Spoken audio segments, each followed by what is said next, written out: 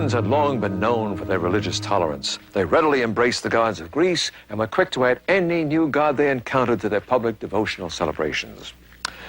Even the Jews, though viewed with disdain, were allowed to continue their religious practices. But during the first 2 centuries, rumors ran rampant in Rome and throughout the empire that this new sect held strange and mysterious ceremonies.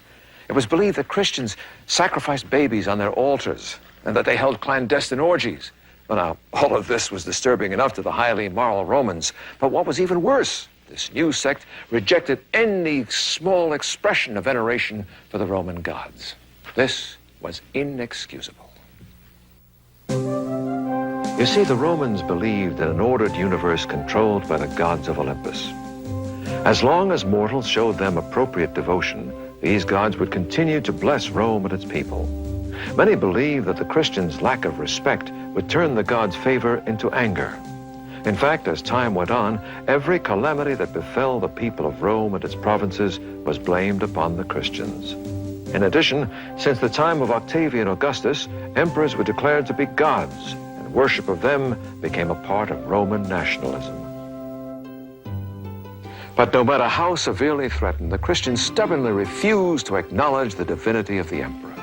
The refusal to worship the emperor as God was an affront to Roman tradition and was to be the cause of numerous persecutions, the first of which began in earnest in 64 AD when Nero decided to use the Christians as scapegoats for his burning of several sections of the city of Rome in order to expand his palace. Well, he wasn't satisfied with just punishing those he determined to be guilty, so he decided to appease the proletariat's desire for entertainment by turning the torturing of Christians into a public spectacle. So in his gardens on Vatican Hill, he gave a festival each night where the followers of Christ were covered with pitch and turned into human torches in order to illuminate the circus performances. Here in St. Stephen Rotondo, one of the oldest churches in Rome, artists have filled the walls with frescoes depicting the many cruel and merciless ways the Romans devised to torment the Christians into renouncing their faith. They were stabbed with forks of iron, boiled in burning lead, stoned to death, beaten with clubs, hung by their hands with weights tied to their feet. They had their sides scraped with iron tongs. They were roasted on burning grills, and they had their hands cut off and their tongues cut out. What motivated the Romans to treat them so mercilessly? One answer lies in the very basis of the crime of which they were accused. You see, Christians, by the very nature of their beliefs, actually incriminated themselves. All the defendant needed to do to escape punishment was to deny his commitment to his faith and acknowledge the divinity of the emperor. But this was impossible for them.